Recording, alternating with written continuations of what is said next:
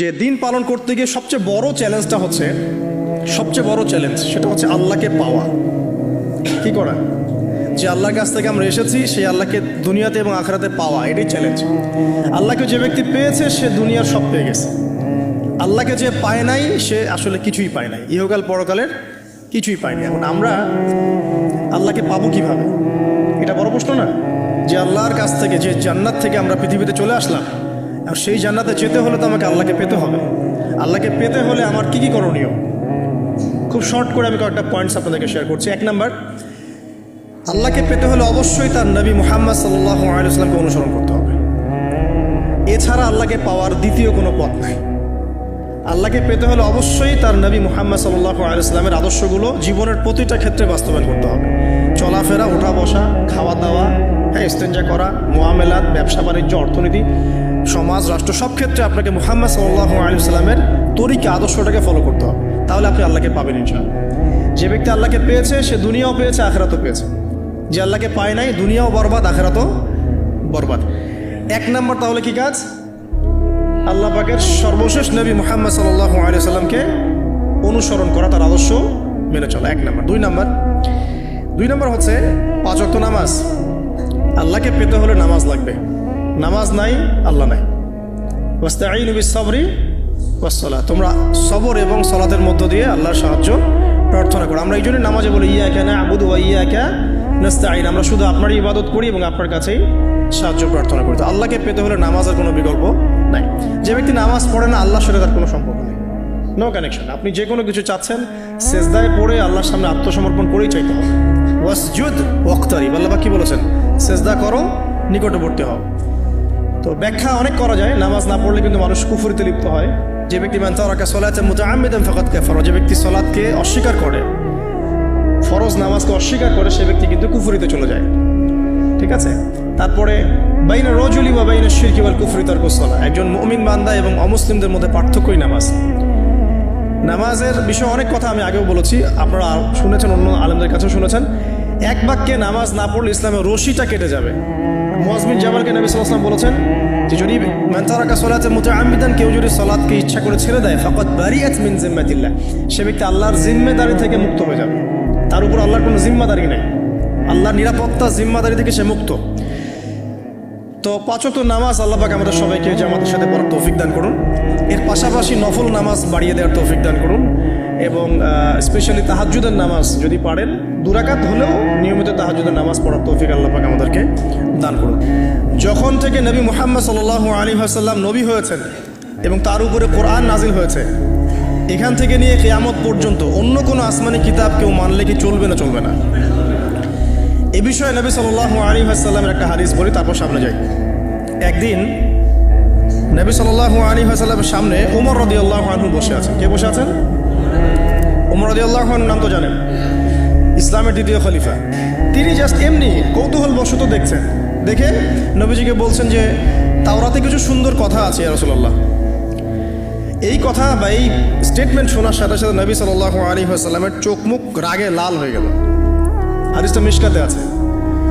রাগে লাল হয়ে নবী সাল্লাল্লাহু আলাইহি ওয়াসাল্লাম বলছেন যে ইয়া ওমর, হে ওমর, তুমি আমার সামনে তাওরাত পড়ছো?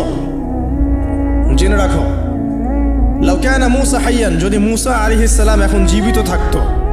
তাওরাত কার উপর নাজিল হয়েছে? মূসা। তাওরাত পড়ছো আমার সামনে, তাওরাত যার উপর নাজিল হয়েছে সেই মূসা আলাইহিস সালাম যদি জীবিত থাকতো এখন, ফাত্তাবা'তুমুহু, আর তোমরা আমাকে বাদ দিয়ে তার অনুসরণ করতে, ওয়া তারাকতুমুনি, আমাকে ছেড়ে দিতে, লা দালালতুম আন সাওয়াইস সাবিল, তাহলে তোমরা অবশ্যই পথভ্রষ্ট হয়ে যেত। তাওরাত পড়ছো, এখন যদি মূসা আলাইহিস সালামও জীবিত থাকতো আর তোমরা আমাকে বাদ দিয়ে নবী মূসার অনুসরণ করা শুরু করতে, তোমরা অবশ্যই জাহান্নামী হয়ে যেতে। লাউ কানা মূসা হাইয়ান, যদি মূসাও জীবিত থাকতো এখন, আবার যদি জীবিত করা হয় আলাইহিস সালাম, লাত্তাবা'নি, অবশ্যই তাকে আমার অনুসরণ করতে হবে। কথা কি বুঝতে পারছেন? এই কারণে শেষ জামানা যখন ঈসা ইবনে মারিয়াম আসবেন, তিনি নতুন কোনো শরীয়ত নিয়ে আসবেন না। কি নিয়ে আসবেন? তিনি মুহাম্মদ সাল্লাল্লাহু আলাইহি ওয়াসাল্লামের অনুকরণ রূপেই পৃথিবীতে আসবেন ইনশাআল্লাহ। তো আল্লাহ পাক আমাদেরকে দিয়েছেন আল কোরআন, এবং কোরআন এর ব্যাখ্যা হচ্ছে হাদিস। নবী সাল্লাল্লাহু আলাইহি ওয়াসাল্লাম বিদায় হজের ভাষণে বলেছেন, এই হাদিসটা খুব ভালো করে মনে রাখবেন। তিনি বলেছেন যে তারাক্তু ফিকুম আমরাইন, আমি তোমাদের মাঝে মাত্র দুটা বস্তু ছেড়ে যাচ্ছি। কয়টা বস্তু? দুটা বস্তু। লান তাদিল্লু মা তামাসসাকতুম বিহিমা, তোমরা কোশ্চিনকালেও পথভ্রষ্ট হবে না যতদিন পর্যন্ত এই দুটাকে আঁকড়ে ধরে থাকবে। ঠিক আছে, তোমরা কোশ্চিনকালেও পথভ্রষ্ট হবে না যতদিন পর্যন্ত এই দুটাকে তোমরা শক্ত করে আঁকড়ে ধরে থাকবে। অন্য হাদিসে আছে দাঁতের মাড়ি দিয়ে কামড়ে থাকবে। আপনি সামনের দাঁত দিয়ে কিছু কামড়াতে গেলে কিন্তু টান দিলে ছিঁড়ে যাবে না? দাঁতের মাড়ি দিয়ে যদি শক্ত করে ধরেন এত সহজে কিন্তু টান দিলে ছিঁড়বে না। এই জন্য নবীজি বলছেন সাল্লাল্লাহু আলাইহি ওয়াসাল্লাম দাঁতের মাড়ি দিয়ে কামড়ে ধরে থাকবে কোরআন এবং সুন্নাহকে। সেই দুটো বস্তু কি? নবী সাল্লাল্লাহু আলাইহি ওয়াসাল্লাম বলছেন একটা হচ্ছে কিতাব আল্লাহ, আল্লাহ পাকের কিতাব মানে কি? আল কোরআন। ওয়া সুন্নতি নবীহি মানে নবীর সুন্নাত অর্থাৎ হাদিসগুলো। কোরআন এবং সুন্নাহ মিলে ইসলাম। এই ইসলামটাই হচ্ছে আল্লাহ রাব্বুল আলামিনের মনোনীত সর্বশেষ দিন, সর্বশেষ টেস্টিমেন্ট। মানে আদম আলাইহিস সালামও তো মুসলিম ছিলেন, নূহ আলাইহিস সালামও মুসলিম ছিলেন, ঈসা আলাইহিস সালাম, মূসা আলাইহিস সালাম, ইব্রাহিম আলাইহিস সালাম, এই যে লক্ষ লক্ষ নবী রাসূল তারা মুসলিম ছিলেন না? সবাই মুসলিম ছিলেন, কিন্তু সর্বশেষ যে বিধিবিধানগুলো আল্লাহর পক্ষ থেকে এসেছে সেটা কি? কোরআন এবং সুন্নাহ এবং ইসলামের এই নতুন রূপটা, সর্বস্বীকৃত সর্বনতুন যে রূপটা, এটা কিয়ামত পর্যন্ত থাকবে ইনশাআল্লাহ। তো ইসলাম চির প্রাচীন এবং চির নতুন, চির আধুনিক। আমরা কি বুঝাতে পারছি? এখন এই ইসলামটা কি পরিবর্তনযোগ্য? উত্তর না। আল্লাহ পাক সূরা মাইদার 3 নম্বর আয়াতে বলছেন আল ইয়াউমা আকমালতু লাকুম দীনাকুম ওয়া আতমামতু আলাইকুম নি'মাতি ওয়া রাদিতু লাকুমুল ইসলাম দীনান। আল্লাহ পাক বলছেন আজকে আমি তোমাদের উপরে দ্বীন ইসলামকে পরিপূর্ণ করে দিলাম। পরিপূর্ণ করে দেওয়ার অর্থ হচ্ছে এখানে সংযোজন বিয়োজনের কোনো সুযোগ নাই। কেউ যদি বলে 5 ওয়াক্ত নামাজের জায়গায় 6 ওয়াক্ত বানাই দিব আমরা, ঠিক আছে? সুযোগ আছে? সুযোগ নাই। জাকাতের বিধানটা খুব কঠিন মনে হয়, জাকাতের নিসাবটা একটু কমাই দিব, পারবে? ইসলামের চুল পরিমাণ কিছু ঢোকানোর বের করার কোনো সুযোগ নাই। কেন নাই? কারণ আল্লাহ পাক এই দিনটাকে পরিপূর্ণ করে দিয়েছে। আল ইয়াউমা আকমালতু লাকুম দীনাকুম, দিনটাকে কামেল করেছে। কামেল মানে কামেল পাস মানে কি? সার্টিফিকেট পাইছে পরিপূর্ণ, তাই না? সার্টিফিকেট সব কিছু না, জ্ঞান সব কিছু। এবং এই জ্ঞান শুধুমাত্র বই পড়ে অর্জিত হবে এমনও নয়। জ্ঞান আসে কার পক্ষ থেকে? আল্লাহর পক্ষ থেকে। এটা মনে রাখবেন, জ্ঞান আল্লাহর পক্ষ থেকে আসে। হ্যাঁ, জ্ঞান কখন আসবে? যখন আপনি পরিশ্রম করবেন, আপনার পরিশ্রম আল্লাহ পাক দেখবেন, আপনি ধারাবাহিকভাবে লেগে থাকবেন, আল্লাহর কাছে বেশি বেশি দোয়া করবেন, পাপ ছেড়ে দিবেন, গোনা ছেড়ে দিবেন, গোনামুক্ত অন্তর নিয়ে আল্লাহর কাছে কান্নাকাটি করবেন, আল্লাহ পাক ইনশাআল্লাহ ইলম দান করবেন ইনশাআল্লাহ।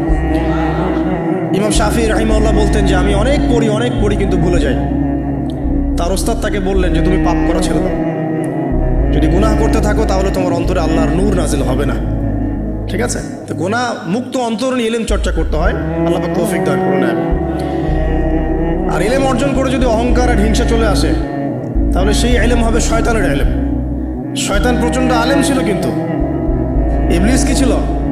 আলেম ছিল। সে কিন্তু আলেম আর আবেদ ছিল, সে ইলম অনেক অর্জন করেছিল এবং আল্লাহ পাকের প্রচুর ইবাদত করত, কিন্তু তারপরেও কেন সে জাহান্নামী হলো? কারণ একটাই, আবা ওয়াস্তাকবারা, সে উদ্ধত হয়েছিল, অহংকার করেছিল। ইসলাম পরিপূর্ণ, এখানে সংযোজন বিয়োজনের কোনো সুযোগ নাই। এখন ইসলাম ছাড়া অন্য কোনো দিন মানলে কি হবে কিনা?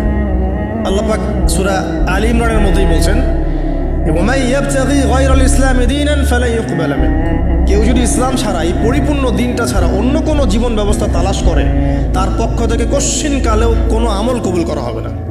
এটা কার কথা? আল্লাহর কথা। এখন আসেন, ইসলাম বাদ দিয়ে আমরা অন্য অন্য যে মতবাদগুলো অনুসরণ করে থাকি আর কি, পশ্চিমা মতবাদ বলেন, তারপরে গ্রিকদের দর্শন বলেন, চাইনিজ দর্শন বলেন, তারপর ব্যাবিলনের সভ্যতার দর্শন বলেন, যত দর্শন আমরা ফলো করি ইসলাম বাদ দিয়ে, এগুলো যদি কোরআন এবং সুন্নাহর সাথে সাংঘর্ষিক হয়, সেগুলো কি পরকালে আমাদেরকে বাঁচাতে পারবে? পারবে না। কিন্তু যে কোনো মত, যে কোনো পথ, যে কোনো দর্শন যদি ইসলামের অনুকূলে হয়, কোরআন সুন্নাহর কাছাকাছি হয়, কোরআন এবং হাদিসের সাথে মিলে যায়, সেটা ইনশাআল্লাহ তাআলা ইসলামকে এগিয়ে নেওয়ার ক্ষেত্রে সাহায্যকারী ভূমিকা পালন করবে। আমি কি বুঝাতে পারছি? আল্লাহ পাক পৃথিবীতে নামিয়ে দিয়েছেন, এতিম করে ছেড়ে দেন নাই। আল্লাহ পাক হেদায়েত দিয়েছেন, আসমানি কিতাব পাঠিয়েছেন। আসমানি কিতাবের সর্বশেষ কিতাব কি? আল কোরআন, যার ব্যাখ্যা হচ্ছে সুন্নাহ, হাদিস। কোরআন হাদিস মিলেই হচ্ছে ইসলাম। এটা বাদ দিয়ে অন্য